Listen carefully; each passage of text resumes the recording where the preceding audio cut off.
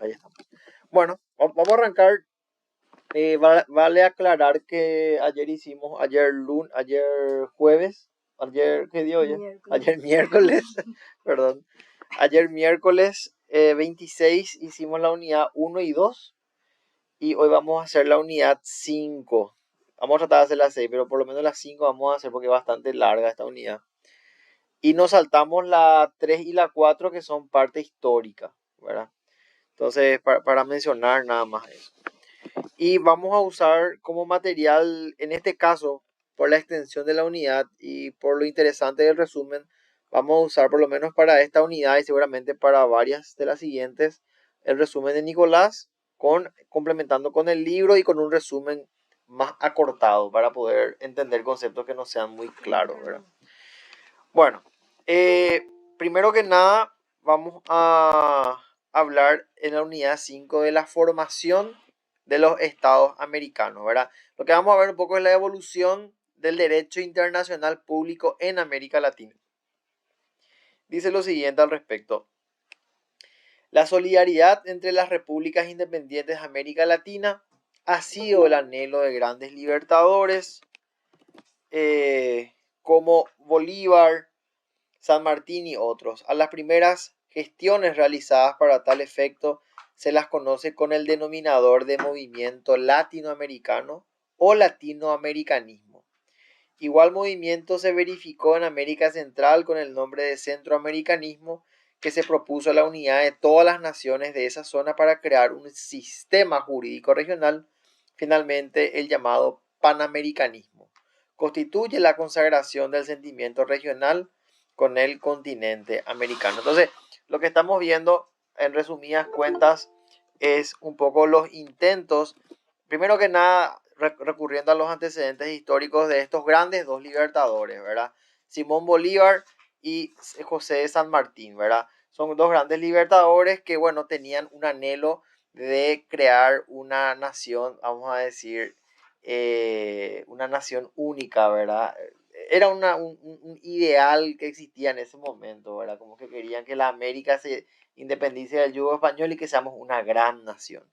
En esa línea un poco se crea este movimiento latinoamericano o americanismo, que lo que trata este movimiento un poco es crear un sistema jurídico único, ¿verdad? Que rija a toda América, ¿verdad? Eso sucedió tanto en América Latina, cuando hablamos de latinoamericanismo, y también sucedió en América Central, ¿verdad? Cuando llamamos al centroamericanismo, ¿verdad?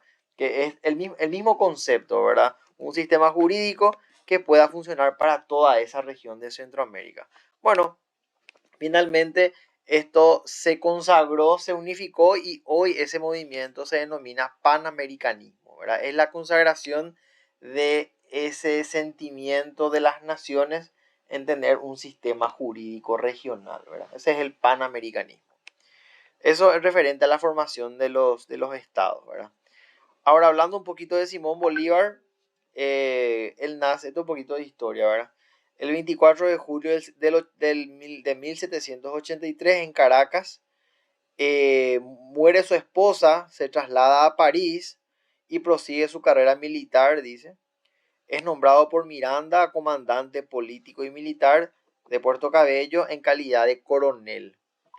En 1818 es presidente de la nueva República de Colombia y en 1826 logró el Congreso de Panamá. De este Congreso, dice, nada positivo se obtuvo. En 1830 se preparó otra reunión que es el, dice, Congreso Admirable, que Bolívar llegó a presidirlo. Simón, por motivo de enfermedad, tuvo que abandonar la reunión y en ese mismo año se retiró de la política. Luego fallece en Santa Marta el 17 de diciembre de 1830. Entonces, lo que estamos viendo un poquito es la figura de Simón Bolívar. Nace en el siglo XVIII, ¿verdad? Bueno, su esposa se va a París, se prepara como o prosigue su carrera militar, se le nombra como comandante, ¿verdad? En este caso, en calidad de coronel, ¿verdad? En el 18 asume la presidencia de Colombia, 1818, ¿verdad? Y en 1826 celebra el Congreso de Panamá, ¿verdad? Que no fue un congreso, un congreso donde no se obtuvo nada relevante, ¿verdad? Luego preparó otro congreso, ¿verdad? Que llegó a presidirlo, pero bueno, después tuvo una enfermedad y tuvo que abandonar la reunión, ¿verdad? Se retiró de la política y muere en 1830. Un poco una pincelada rápida de la actuación política, ¿verdad? Porque históricamente Simón Bolívar tiene una historia larguísima, ¿verdad? Pero un poco la actuación política de Simón Bolívar, ¿verdad? Acá lo importante es que fue militar, presidió Colombia, o sea, fue presidente de Colombia en 1826, ¿verdad? Organizó dos congresos, uno que no tuvo muchos frutos, el segundo que, bueno, no pudo presidirlo, pero tuvo que retirarse y muere en 1830, ¿verdad? De una enfermedad. Bueno, eso en cuanto a Simón Bolívar.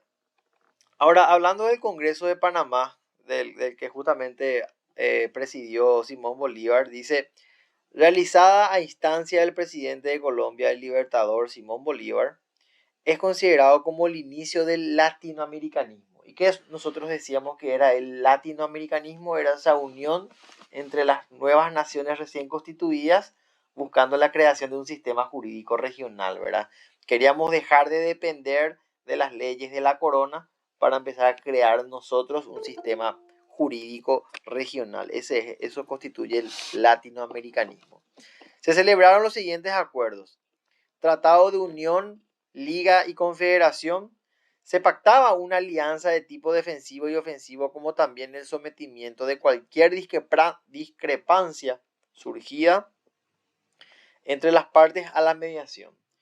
Y la Convención de Contingentes se acordaba la formación de un ejército interliado, dice, a una marina confederada. Entonces, en el Congreso de Panamá de 1826, como le digo, que fue presidido por Simón Bolívar, como lo vimos anteriormente, inicia este movimiento que denominamos latinoamericanismo, ¿verdad? Que es ese intento de unificar a todas las naciones de América Latina, ¿verdad? Se resuelven dos cosas, dos importantes acuerdos nacen a partir de este Congreso de Panamá. Primero que nada, el Tratado de Unión, Liga y Confederación, ¿verdad? Que era una especie de pacto de tipo defensivo-ofensivo, ¿verdad? También que las partes, en este caso participantes de este Congreso, se sometían ante cualquier discrepancia a una mediación. O sea, que las nuevas naciones latinoamericanas no iban a pelear entre sí, sino que iban a tratar de solucionar sus conflictos a través del recurso de la mediación, ¿verdad? Exacto. Y lo segundo es un árbitro, una mediación. Y lo segundo que se conviene en ese Congreso de Panamá es la formación de un ejército interaliado, ¿verdad? Y una marina confederada. Entonces, vamos por un lado a defendernos, vamos por un lado a dirimir nuestras diferencias como nuevas naciones latinoamericanas a través de la mediación, y vamos a crear también un ejército y una marina confederada. Eso un poco eran los resultados del Congreso de Panamá de 1826, ¿verdad? Bueno, y después vamos a hablar del Congreso de Lima. Ese es Panamá. El primer Congreso de Lima, que fue en el 1847-1848, convocada por Perú por dos motivos: la guerra entre Estados Unidos y México y las amenazas de España contra algunas ex colonias suyas, ¿verdad? Ustedes se van a acordar que, bueno, lo que hoy conocemos como el estado de, creo que es de Nuevo México y parte de Texas era de México. Entonces, bueno, hubo una guerra entre Estados Unidos y México y Estados Unidos le quita esa gran porción de territorio a México, ¿verdad? Bueno, entonces, en razón de ese acontecimiento, Perú convoca a este Congreso de Lima por esa guerra y también porque España amenazaba a algunas ex colonias. Hay que recordar que un poco para 1847 las naciones llevaban no más de 30 años como independientes, ¿verdad? Entonces había una suerte de todavía de presiones por parte de la corona española, ¿verdad? Bueno, el objeto principal de esta convocatoria fue realizar los trabajos de consolidación de la independencia de los países de este continente. ¿Quiénes asistieron? Chile, Ecuador, Nueva Granada, Bolivia, Perú, y se firmó el Tratado de Confederación, Tratado de Comercio y Navegación y Convención Consular. ¿Se dan cuenta? Esto nomás así entre paréntesis, cómo los nuevos estados, en aras del progreso, en aras de cuidarse mutuamente, en aras de unir fuerza, van celebrando acuerdos voluntarios. Esa es la principal fuente del derecho internacional, ¿verdad? Es lo que se ve reflejado por lo menos en los acuerdos que consiguieron en el primer Congreso de Lima, ¿verdad? Eso entre paréntesis más quería mencionar. Pero bueno, el primer Congreso de Lima ve sus motivos en la guerra de Estados Unidos contra Perú, ve sus motivos en las amenazas de España contra algunas ex colonias e intenta un poco en este sentido convocar para consolidar la independencia de los países, que ningún país vuelva a caer en ese colonialismo español, ¿verdad? Entonces, en ese sentido o con esa intención se celebró este primer Congreso de Lima. Asistieron, bueno, Chile, Ecuador, Bolivia, Perú, y se firmaron dos tratados, el Tratado de Comercio y Navegación, que es el primero, y la Convención Consular. Son los dos tratados que se celebraron en oportunidad del primer Congreso de Lima.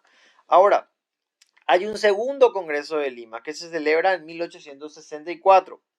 Es convocado por la ocupación de las Islas Chinchas por la escuadra española, la reincorporación de Santo Domingo a España y la intervención francesa en México. O sea, se dan cuenta que estos congresos nacen a partir de algunas, vamos a decirle, acciones de ocupación de vuelta, ¿verdad? En él se trató cuestiones de límite que significaron en la mayoría de los países americanos motivo de querella internacional y guerra. ¿Quiénes asistieron? Perú, Bolivia, Chile, Ecuador, Venezuela, Panamá y Guatemala. Entonces, un poco similar a lo que ocurrió en el primer Congreso de Lima. En el segundo, nuevamente se convoca, en este caso, por la consecuencia de la ocupación de las Islas Chinchas por España, por la reincorporación de Santo Domingo a España y la intervención de Francia en México. Entonces, un poco es el occidente o el viejo mundo, Europa, interviniendo en América, motivo por el cual se celebra este segundo Congreso de Lima, ¿verdad? Y bueno, se trataron temas sobre límites, ¿verdad? Que eran cuestiones de querellas internacionales y guerras. Entonces, en este Congreso se trataron todos esos temas, ¿verdad? Y hay un tercer Congreso de Lima que es conocido como el primer Congreso sobre cuestiones jurídicas de interés continental. Tercer Congreso de Lima, 1877.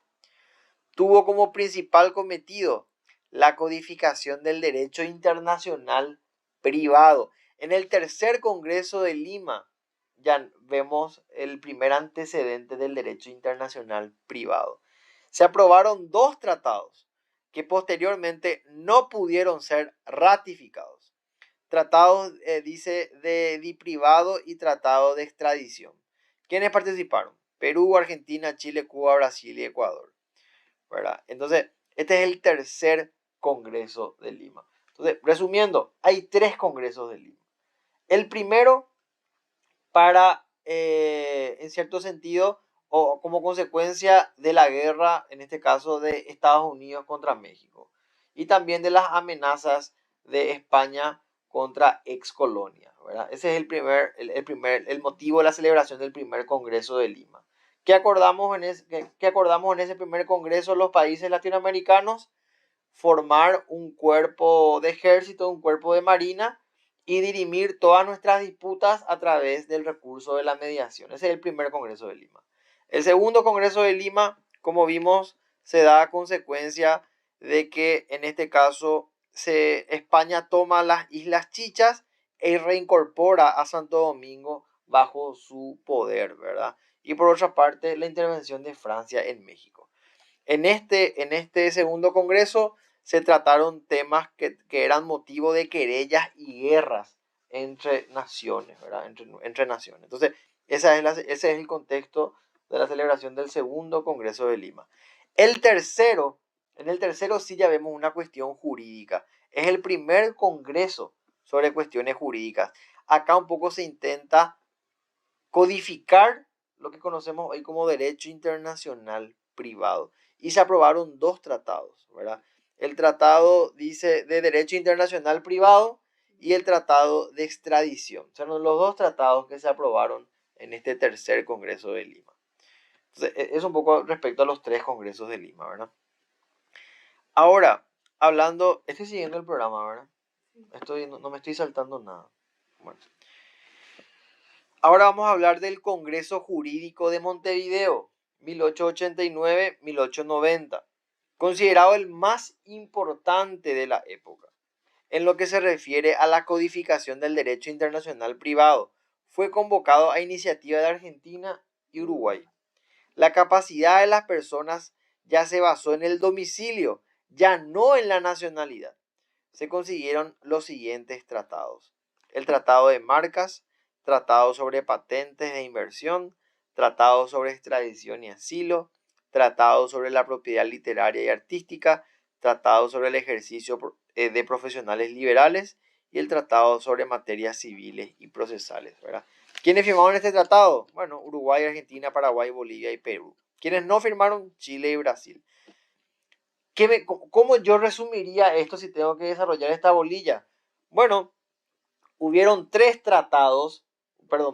congresos, que fueron los tres congresos de Lima, en donde en los dos primeros se trataron temas relacionados a conflictos de invasión de Estados Unidos, de España o de Francia, ¿verdad? Se resolvió que las naciones latinoamericanas iban a conformar un cuerpo de ejército, que iban a resolver sus problemas mediante la mediación.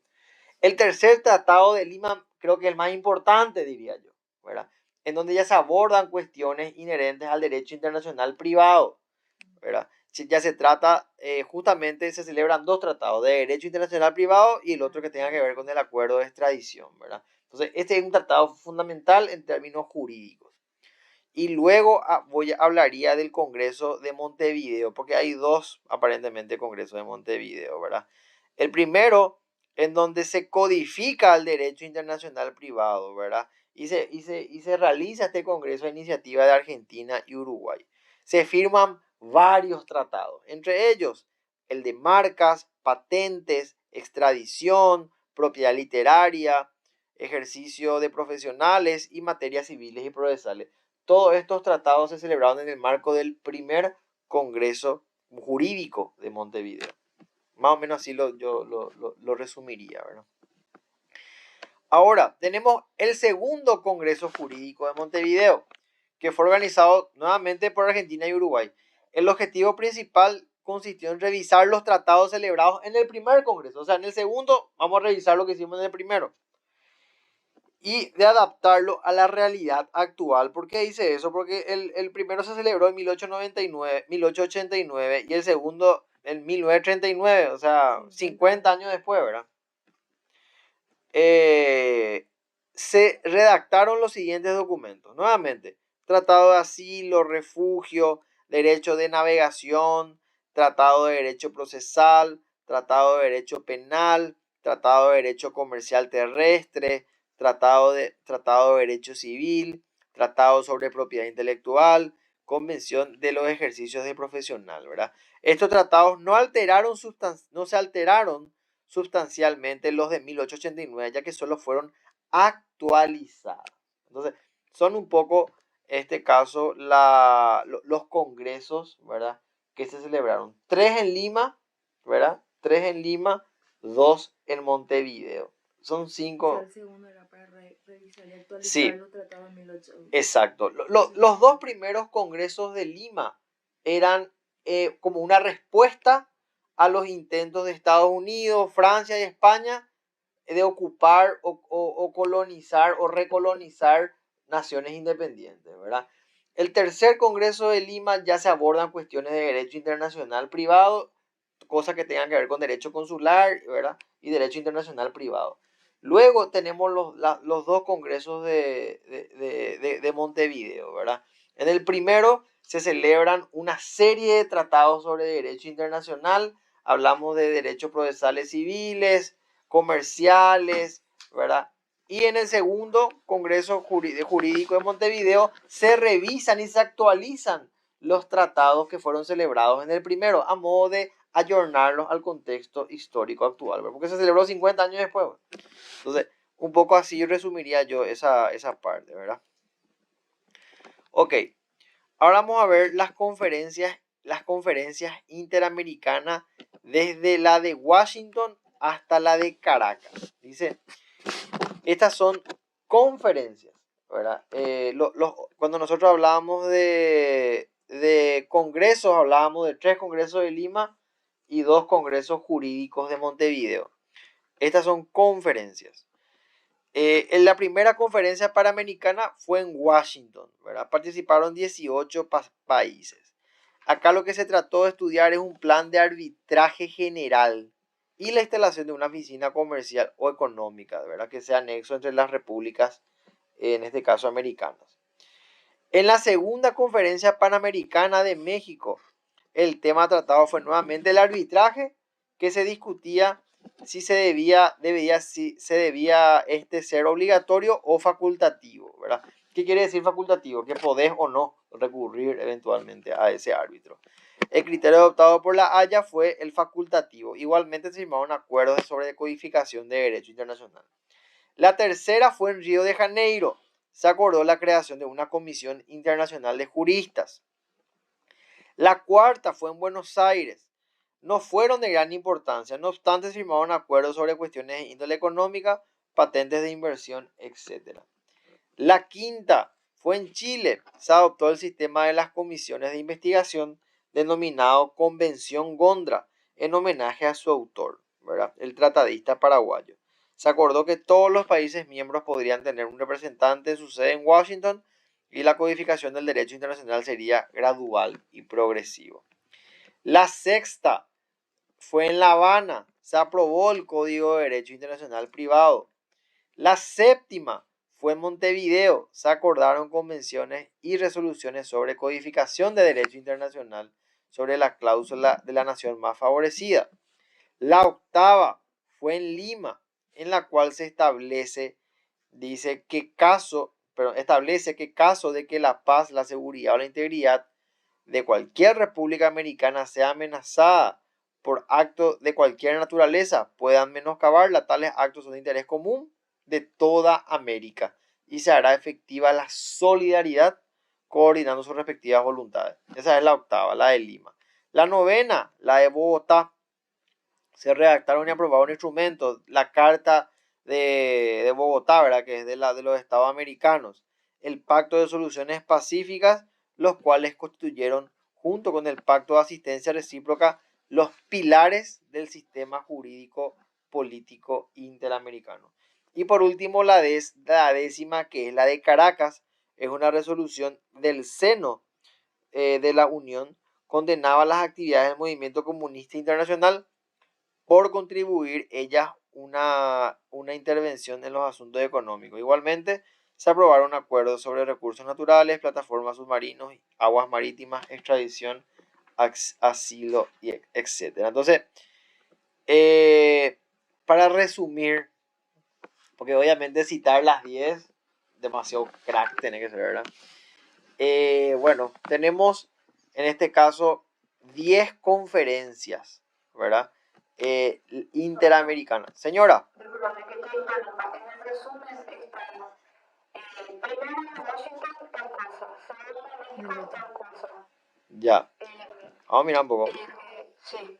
O si quieres te digo igual. Acá está. Acá está. Sí, acá está.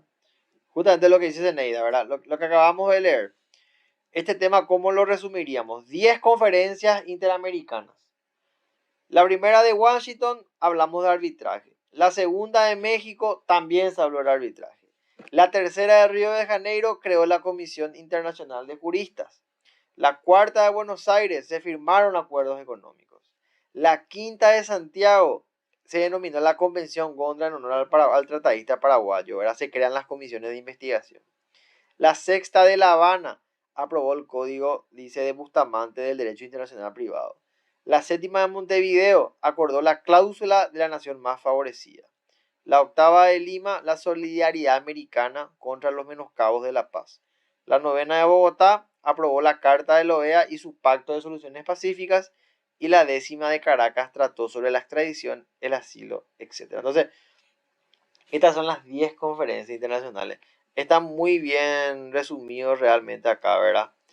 Y acá arriba teníamos lo que mencionábamos hace rato, ¿verdad? Teníamos los tres, en realidad teníamos tres congresos de Lima, ¿verdad? Faltan de Lima, Sí, faltan 2 congresos de Lima. sí, teníamos tres congresos de Lima, por un lado, y dos congresos de Montevideo, son congresos jurídicos, ¿verdad? Entonces eso también es importante. Eso ya mencionamos, pero a modo de resaltar nada más. Y después tenemos dice este resumen un poco más corto, la Conferencia Interamericana de Buenos Aires, además de lo que ya mencioné, llamada también la Consolidación de la Paz. Se tocó el protocolo, dice, de no intervención y se creó un sistema consultivo de gobiernos americanos. Después tenemos el Tratado Interamericano de Asistencia Recíproca de Río de Janeiro. Es un acuerdo multilateral de legítima defensa colectiva. Afirma que un atacante armado contra cualquier estado parte será considerado como hecho contra todos los estados partes. Después tenemos el Tratado Americano de Soluciones Pacíficas o Pacto de Bogotá, que fue elaborado por el Comité Jurídico Interamericano. Es un sistema para resolver cualquier tipo de controversia con los pasos a seguir. Y tratando un poco de... Sí, tratando un poco de seguir con eso que estábamos mencionando, ¿verdad? A ver si está todo ok acá. Hablamos entonces de las 10 conferencias. La conferencia de Buenos Aires, que también ya mencionamos, que es podemos llamarla así nomás, ¿verdad? Que es la conferencia para la consolidación de la paz, ¿verdad? Que se llamó como un sistema de consulta de gobiernos para evitar la intervención de los estados entre los estados. Después tenemos el Tratado de Asistencia Recíproca de Río de Janeiro, el Tratado Americano de Soluciones Pacíficas o Pacto de Bogotá, ¿verdad? Que también ya lo hablamos. Y ahora vamos a hablar de la influencia en América en la evolución del derecho internacional público, ¿verdad? Dice, las potencias de la Santa Alianza, que son Rusia, Prusia y Austria, tomó ese nombre de la exaltación religiosa de su lenguaje. Había discutido en el Congreso de Verona, dice, la intervención de las antes colonias españolas con el propósito de restablecer en ellas la soberanía del rey de España. Fue a causa del tamaño, dice, de tamaño proyecto, que el presidente de Estados Unidos, Monroe, declaró en su mensaje de 1823 una política de no intervención en los asuntos y conflictos europeos. Él dijo que cualquier intento por parte de las potencias aliadas de extender su sistema a cualquier punto del hemisferio occidental sería considerado como peligroso para la seguridad de los Estados Unidos, y que con estos consideraron y que estos consideraron con manifestación de una disposición poco amistosa hacia ellos, que el continente americano no podía seguir siendo considerado como objetivo de futuras colonizaciones por ninguna potencia europea. Es un poco lo que dice esta bolilla, ya sé que dice bolilla 7, pero sigue siendo bolilla 5. Es un poco lo que dice la doctrina Monroe, acá está mucho más sintetizada, ¿verdad? Y vuelvo a mencionar para cerrar o procurar cerrar la idea. Es manifestada por el presidente de los Estados Unidos, ¿verdad? Monroe, ante la discusión de las potencias de la Santa Alianza, que ya sabemos que eran Rusia, Prusia y Austria, sobre la intervención de las ex colonias españolas. O sea, estos países europeos querían intervenir las ex colonias americanas. Entonces, ahí lo que dice el presidente Monroe ante el Congreso de los Estados Unidos decía que él va a establecer, o que él entiende que lo mejor es una política de no intervención en los conflictos y asuntos europeos.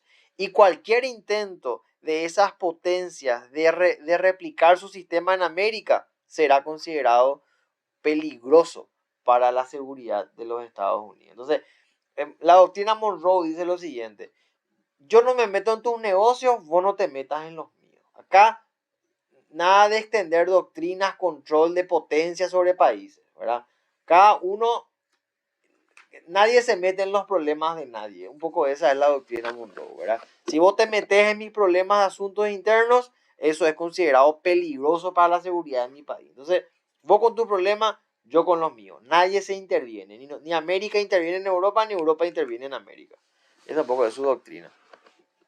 Se estará revolcando en su cajón el tipo, ¿verdad? Porque obviamente su país es el más imperialista del mundo ahora mismo, ¿verdad? Pero bueno, seguimos. Después tenemos la doctrina Calvo. Dice, sostenía que en caso de insolvencia de un Estado, los acreedores extranjeros no tenían derecho a una protección mayor de la que gozaban los acreedores nacionales y que debían ajustarse a las normas nacionales. O sea, la doctrina Calvo dice, si un país, en este caso, caía en insolvencia, un acreedor extranjero tiene el mismo nivel de importancia que un acreedor nacional. Tienen que ajustarse a las normas de ese país. ¿Por qué hablamos de acreedor internacional? Es importante, yo sé que saben, pero voy a mencionar. Existen fondos multilaterales económicos como el Banco Mundial, el Fondo Monetario Internacional, el Club de París, que son organizaciones internacionales destinadas a ayudar, entre comillas, a los estados prestando dinero, apoyar económicamente, financiar a los estados. Entonces, lo que dice es, y eso es lo que llamamos deuda pública externa, ¿verdad? La deuda del Estado contraída con entes o con organizaciones internacionales, ¿verdad? En este caso, como hablé, el Club de París, el Fondo Monetario, el Banco Mundial y otros, ¿verdad? Entidades multilaterales. Pero también el Estado puede contraer, puede tener como acreedores a nacionales, ¿verdad? Uno puede ir a comprar bonos del Estado y qué sé yo, ¿verdad? Entonces, en caso que el Estado se declare insolvente, no es que los acreedores internacionales van a tener más derecho que los acreedores nacionales. No, la doctrina Calvo dice, acá ambos acreedores, tanto nacionales como internacionales, tienen el mismo nivel de importancia y tienen que adecuarse a las normas nacionales. Eso dice la doctrina Calvo. Y la cláusula Calvo consistía en la renuncia a la intervención diplomática en relación, dice, con los derechos surgidos de los contratos con extranjeros. O sea, la cláusula dice, se renuncia a la intervención diplomática cuando hay derechos de contratos con extranjeros. O sea, vamos a evitar intervenir diplomáticamente, ¿verdad? En cuanto hayan contratos que se realicen, en este caso, con personas que son de fuera, en este caso, del país, del Estado, ¿verdad? Esa es la cláusula Calvo. Bueno, entonces, tenemos la doctrina Calvo y la cláusula Calvo. Ahora vamos a la doctrina Drago.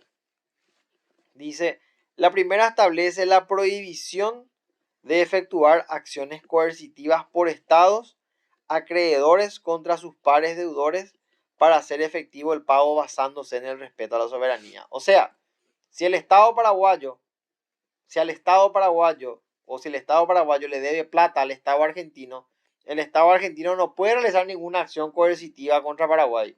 ¿Por qué? Porque se entiende que ambos estados son soberanos. Argentina no es más porque es acreedor de Paraguay. No puede obligarle, no puede tomar acciones coercitivas, ¿verdad?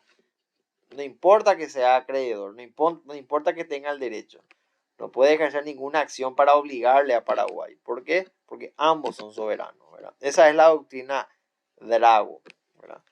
La enmienda Porter, dice, estableció que las partes contendientes se abstuvieran de movimientos militares por un año. Esa es la enmienda Porter, ¿verdad? No sé en qué contexto, no sé si hay algo en el libro que hable sobre esto. Él decía nomás que el Porter incluía el arbitraje y litigio como medio previo para la solución de conflictos. Ah, ok.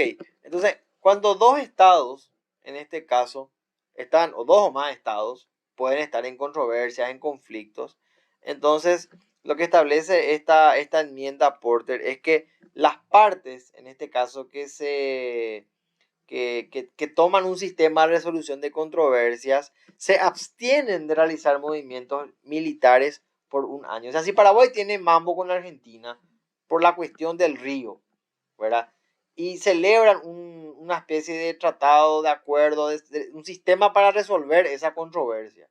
Entonces, según la enmienda Porter, los estados que estén en un sistema de resolución de controversias evitan, se abstienen de realizar movimientos militares por el plazo de un año, ¿verdad? La limitación del empleo de la fuerza. Claro, es para no subir la temperatura de la discusión entre los estados.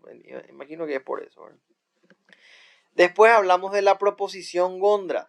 Tenía como fin evitar un conflicto armado entre los estados americanos mediante un sistema obligatorio de investigación y conciliación que estipulara un plazo en el cual las partes se abstuvieran de movimientos militares por un año.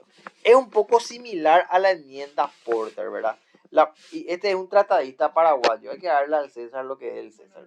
Este es Manuel Gondra, este es un paraguayito. Entonces, él lo que decía es, para evitar que los países empiecen a tirar bombas o a matar, entonces vamos a crear un sistema obligatorio de investigación. Vamos a investigar y buscar la conciliación. Y vamos a estipular en este sistema que las partes que están sometidas a este sistema se abstengan de realizar movimientos militares por un año, ¿verdad? Es un poco un intento de Manuel Gondra, ¿verdad? De buscar la paz, ¿verdad? Y después tenemos la doctrina, en este caso de Rodríguez Larreta.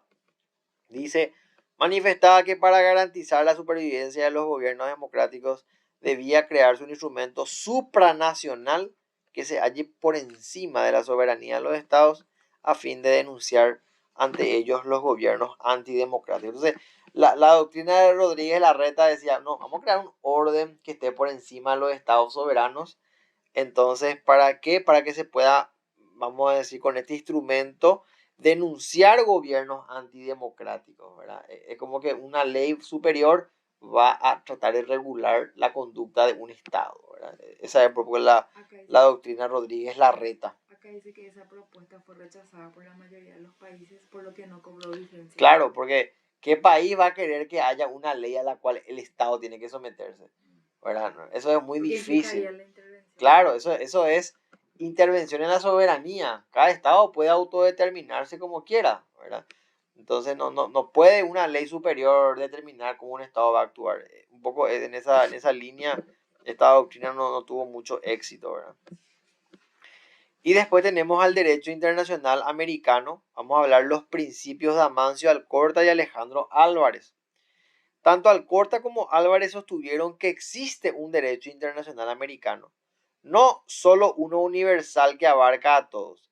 Álvarez sostuvo que así como Europa, en América Latina también se presentaban situaciones especiales y que aquí eran reguladas por conferencias panamericanas. Entonces, dice, cuando hablamos de los principios de Amancio Alcorta y Alejandro Álvarez, dicen ellos dos, no es que hay un solo sistema de derecho internacional. No, acá en América nosotros tenemos nuestro propio sistema de derecho internacional americano, ¿verdad? No es que tenemos el universal y que eso abarca a todos. Nosotros tenemos algo propio, algo regional, ¿verdad? Y nosotros como región americana tenemos situaciones especiales que, bueno, necesitan de leyes especiales, ¿verdad? Que son reguladas por conferencias panamericanas. Entonces, un poco a partir de las conferencias, si querés pilotearle en este tema a la profesora, a partir de estas conferencias panamericanas se celebran acuerdos, pactos, convenios que son fuente primaria de derecho internacional, en este caso de carácter regional. Entonces así le puede maquillar un poquito esta parte, ¿verdad? Ahora, ¿cuáles son las reglas internacionales originales de América? No del derecho internacional europeo. América. Igualdad de extranjeros y nacionales. Igualdad jurídica de los estados. El principio de la no intervención. Las doctrinas Drago y Calvo. No reconocimiento de las conquistas territoriales, ¿verdad? Quiero hacer un recuento, me parece muy interesante porque probablemente la profesora pregunte esto, ¿verdad? ¿Qué es la doctrina Calvo y qué quiere decir la doctrina Drago? La doctrina Calvo, acuérdense, ¿verdad? Que un acreedor extranjero, un acreedor de un estado extranjero o un acreedor de un estado que sea nacional, tienen el mismo derecho. No porque sea extranjero el acreedor del estado va a tener más derecho que el acreedor que es nacional de ese estado. Entonces, eso establece la doctrina Calvo. La doctrina Drago dice, En este caso, ningún Estado que sea acreedor de otro Estado puede obligarle o realizar acciones coercitivas contra este, ¿verdad? ¿Por qué? Porque ambos son soberanos. Entonces, yo como Estado soberano no puedo obligarte a vos a que hagas algo en el marco de una deuda o una obligación, porque vos también sos un Estado soberano. Un poco esas son las dos doctrinas que me parecen interesantes abordarlas, ¿verdad? Vamos a acuerdo al programa, ¿verdad? Sí. ¿Dónde estamos ahora? Principios como Sí, está en orden, sí. Estamos viendo los principios, las reglas internacionales originales, diferencias. Sí, estamos bien. Ahora vamos a ver las diferencias de los problemas americanos con los europeos. Nosotros pues dijimos, acá entra nuestra expertise, ¿verdad? Para elaborar la idea. Nosotros pues decimos, bueno, en América se dan situaciones especiales propias de América. En Europa también. Entonces América necesita de un sistema de creación de normas que tengan carácter de internacional. Entonces las conferencias son un poco ese lugar, ese espacio, las conferencias panamericanas en donde nacen los acuerdos, los tratados que son fuente de derecho internacional, ¿verdad? Un poco ese es el contexto. ¿Cuáles son las diferencias de los problemas americanos con los europeos? América no conoce la balanza, dice, de poder. El medio social es diferente. Las instituciones políticas no están afianzadas en América.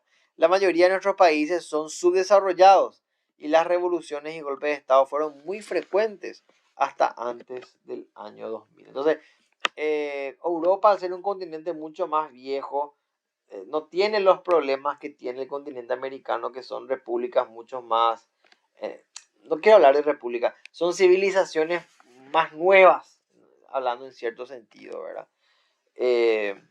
Esas son las diferencias entre los problemas americanos con los europeos, ¿verdad? América tiene más problemas sociales, problemas políticos, como consecuencia que son naciones más jóvenes que las naciones europeas como tal, ¿verdad? Porque la profesora te puede decir que esto es cierto, ¿verdad? Italia es Italia república desde 1860, 1870, ¿verdad? No es que es una república viejísima. Sabemos que tiene Roma que viene hace 3000 años, pero hablando mal y pronto, las repúblicas o los estados nacionales europeos son mucho más antiguos, tienen mucha más historia, trascendencia que los estados americanos. Entonces, en América se dan otros problemas que en Europa no por una cuestión temporal, ¿verdad? Ahora, hablando de la Declaración Americana del 3 de agosto de 1932, se realizó en Washington y fue confeccionada como consecuencia de las controversias entre Paraguay y Bolivia por el Chaco. Mira, qué interesante. Fue una iniciativa de la Comisión de Neutrales. En ella se exhortaba a Paraguay y a Bolivia a someterse al arbitraje para paralizar los movimientos armados. Esto ya fue en el 3 de agosto del 32. Me da vergüenza decir, pero no me acuerdo en qué fecha empezó la guerra del Chaco. Pero bueno, entonces esta declaración del 3 de agosto se da en el marco ya de las hostilidades que había entre Paraguay y Bolivia. Hay que recordar que la guerra del Chaco fue del 32 al 35, pero ya desde años antes ya se veía venir la guerra, ¿verdad? Y importante mencionar que no es que la guerra era entre Paraguay y Bolivia, sino que había intereses privados detrás de los estados, ¿verdad? Que eran las petroleras. Entonces, pero bueno, el conflicto al final fue entre los estados. Entonces esta declaración se da en ese sentido, en donde se le exhortaba a Paraguay y a Bolivia a que sometan al arbitrio y paralicen los movimientos armados. Esto obviamente a la luz de los hechos fracasó, ¿verdad? Señora. 9 de septiembre de 1932. 9 de septiembre del 32. Entonces empezó la... Y sí, un mes después prácticamente empezó la guerra del Chaco. Gracias, Neneida. Bueno, y después vamos a ver los principios proclamados, dice en Chapultepec. Entiendo que esto va a ser, suena a México, ¿verdad? Chapultepec. Básicamente fueron la solidaridad continental y la ayuda recíproca. Estos principios fueron proclamados a través del Acta de Chapultepec, ¿verdad? ¿Qué nombre? México, ¿verdad? Bueno, entonces, esos fueron los principios del Acta de Chapultepec. Ahora, esto es importante. Los principios proclamados en la Carta de la OEA de Bogotá. ¿Cuáles son? El derecho internacional es norma de conducta de los estados.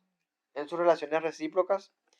El orden internacional está constituido por el respeto a la personalidad, soberanía e independencia de los estados, el fiel cumplimiento de las obligaciones emanadas de los tratados, la buena fe y solidaridad deben regir las relaciones, la organización política basada en la democracia representativa y la condena a la guerra de agresión.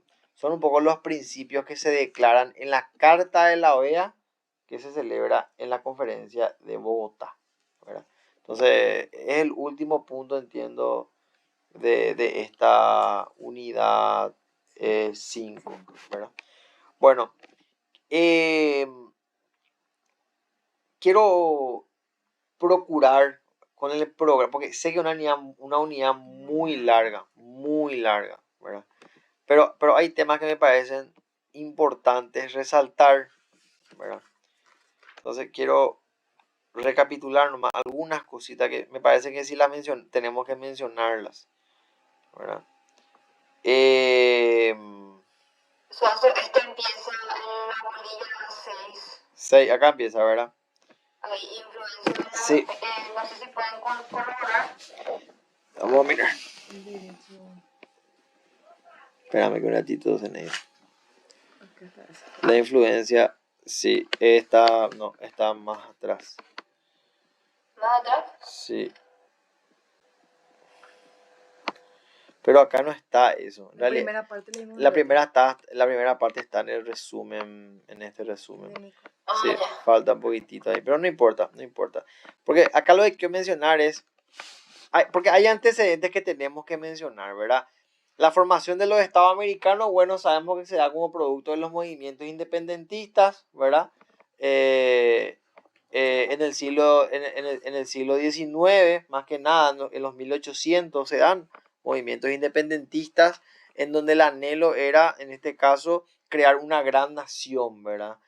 Adquirir independencia de España. Y bueno, tenemos un actor como Simón Bolívar, que fue un gran libertador, ¿verdad? Y él es el que promueve justamente este movimiento, ¿verdad? Al que vamos a llamar latinoamericanismo, ¿verdad? Que dice, vamos a crear un sistema regional de derecho, vamos a unirnos los estados americanos, apoyarnos en defensa de España, en defensa del viejo mundo, ¿verdad? El mundo que nos quiere colonizar. Entonces, en ese sentido, un poco Simón Bolívar inicia en el primer congreso, en este caso, que es el Congreso de Panamá, ¿verdad? Él preside este congreso que se realiza como presidente de Colombia, ¿verdad? Y que marca un poco el inicio de este movimiento que, como mencioné, es el latinoamericanismo, ¿verdad? Bueno, entonces es la primera manifestación de una intención de creación de un sistema regional jurídico, ¿verdad? De unión, progreso, ¿verdad? Para los pueblos, para los nuevos estados americanos. Después tenemos los 3 congresos de Lima. Los 2 primeros, decíamos, son una respuesta a acciones de España, a acciones de Francia, a acciones de Estados Unidos, acciones bélicas de invasión o intento de recolonización, ¿verdad? Son un poco el motivo de la celebración de los 2 primeros congresos, en donde se resuelve, entre otras muchas cosas, la creación de un ejército entre de las naciones, de una fuerza marítima, de que los problemas que vayan a sucederse entre los estados americanos se resuelvan a través de la mediación. Un poco es lo que se resuelve en estos 2 congresos de Lima, ¿verdad? En el tercer congreso de Lima sí es importante. ¿Por qué? Porque es la primera vez que se va a hablar de la codificación del derecho internacional privado. Entonces, es muy importante este congreso. Es la primera vez que se habla de derecho internacional, de codificación de derecho internacional privado. Se abordan temas jurídicos, propiamente dicho, ¿verdad? Luego tenemos 2 congresos jurídicos de Montevideo. En el primero se celebran multitud de tratados sobre derecho de marcas, patentes, extradición, asilo, propiedad literaria, ejercicio de profesiones o también sobre materias civiles y procesales, ¿verdad? Ese es el primer Congreso Jurídico de Montevideo, a convocatoria de Argentina y Uruguay. Se realiza 50 años más tarde aproximadamente un segundo Congreso Jurídico, a convocatoria de los mismos países, para revisar y actualizar los tratados y los convenios que fueron celebrados en el primero, a modo de actualizar nada más, ¿verdad? Entonces, eso me parece importante. Después sí, ya vamos a pasar a las 10 conferencias interamericanas, ¿verdad? Vamos a decir que hubieron 10 conferencias interamericanas en las cuales a lo largo de estas 10 se fueron tratando temas como el arbitraje, se crea la Comisión Internacional de Juristas, se firman acuerdos económicos, se crea la Convención Gondra, se acordó la cláusula de la nación más favorecida, entre otros temas, ¿verdad?